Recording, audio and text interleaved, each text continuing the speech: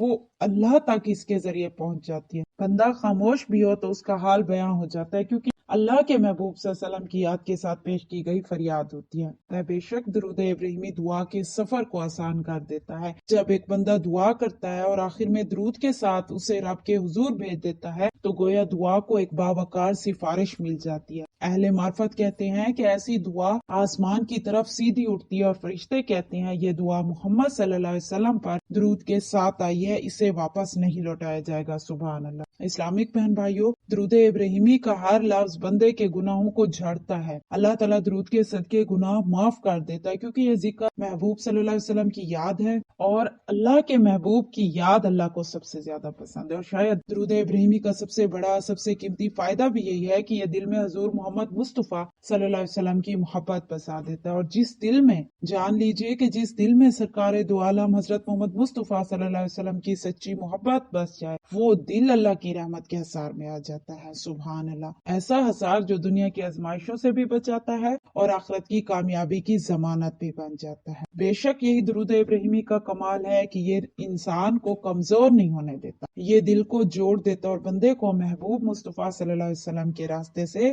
رب کی رحمت تک پہنچا دیتا ہے، اور جس دل میں حضور اکرم صلی اللہ علیہ وسلم کی سچی محبت بس جائے تو اس دل سے اللہ کی رحمت کبھی جدا نہیں ہوتی۔ تو یہ محبت انسان کو اندر سے مضبوط بنا دیتی ہے، تنہائی میں اس کا سہارا بنتی ہے، آزمائش کے لمحوں میں حوصلہ دیتی ہے، اور درود ابراہیمی اسی محبت کی جڑ ہے۔ یہ دل کو وہ راستے دکھاتا ہے اور وہ سکون عطا کرتا ہے جسے ہم برسوں سے تلاش کرتے رہتے ہیں، اور آہستہ آہستہ دل کے اندر چھپی سختی موم کی طرح پگھلنے لگتی۔ انسان پہلی بار خود کو ہلکا محسوس کرتا ہے، جیسے دل پر رکھا ہوا بوجھ اتر گیا ہو۔ غم، خوف، ٹینشن اور بے چینی سب سے زیادہ دل ہی پر حملہ کرتے ہیں، مگر درود ابراہیمی دل پر ایسا نور ڈالتا ہے کہ فکر کی دیواریں خود بخود گرنے لگتی ہیں، انسان اندر سے مضبوط ہو جاتا ہے۔ اسلامک بہن بھائیوں، بہت سے لوگ کہتے ہیں کہ ہم محنت تو کر رہے ہیں مگر برکت نظر نہیں آتی۔ اس متعلق حقیقت یہ ہے کہ ہر مسئلے کا حل محنت نہیں ہوتا، کچھ مسائل کا حل نور بڑھانا ہوتا ہے، اور درود ابراہیمی ان دروازوں کو کھول دیتا ہے جہاں تک انسان کی سوچ بھی نہیں پہنچتی، کیونکہ یہ محض دعا کے الفاظ نہیں، اور مسلسل درود پاک پڑھنے والے کی زندگی میں ایک وقت آتا ہے کہ انسان خود حیران رہ جاتا ہے کہ راستے کیسے بننے لگے۔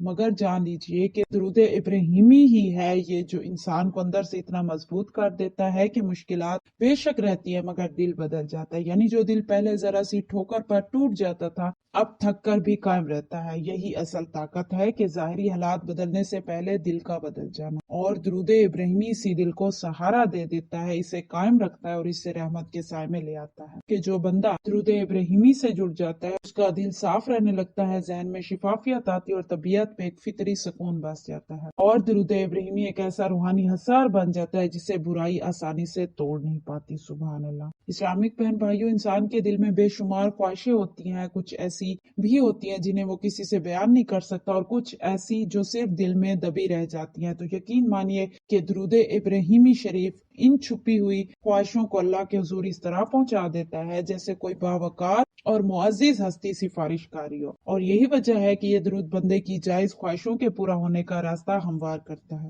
کبھی فوراً، کبھی تھوڑا مزید وقت لے کر، مگر جب پوری ہوتی ہے نا تو بہترین وقت اور بہترین صورت میں پوری ہوتی ہیں۔ یہ کیونکہ درود ابراہیمی دعا کی تاثیر کو کئی گنا بڑھا دیتا ہے۔ لوگ شکوہ کرتے رہتے ہیں کہ ہم دعا کرتے ہیں مگر ہماری دعا قبول نہیں ہوتی، تو وہ آج ضرور یہ جان لیں کہ اپنی دعا سے پہلے آپ اور بعد میں درود لازم پڑھا کریں، کیونکہ درود دعا کو وزن دیتا ہے، اسے قبولیت کا لباس پہناتا ہے، پھر وہ دعا سیدھی رب کے حضور پہنچتی ہے۔ اس لیے اہل علم اور بزرگان دین ہمیشہ تاکید کرتے ہیں کہ ہر دعا سے پہلے اور ہر دعا کے بعد درود ضرور پڑھا جائے۔ بے شک زندگی میں کچھ پریشانیاں ایسی بھی ہوتی ہیں جنہیں نہ انسان سمجھ پاتا ہے نہ روک پاتا ہے، تو ایسے وقت میں درود ابراہیمی ایک نورانی حصار بن جاتا ہے جو بندے کو اور اس کے گھر کو، اس کی صحت کو، اس کی پوری زندگی کو اللہ کی خاص حفاظت میں دے دیتا ہے، کیونکہ یہ ذکر حفاظت کا وہ سایہ ہے جو نظر نہیں آتا مگر اس کے نیچے رہنے والا انسان بہت سی آفات، نقصانات اور آزمائشوں سے ہمیشہ محفوظ رہتا ہے۔ سبحان اللہ۔ اسلامک بہن بھائیو، یہی درود ابراہیمی کی شان ہے کہ یہ صرف پڑھا نہیں جاتا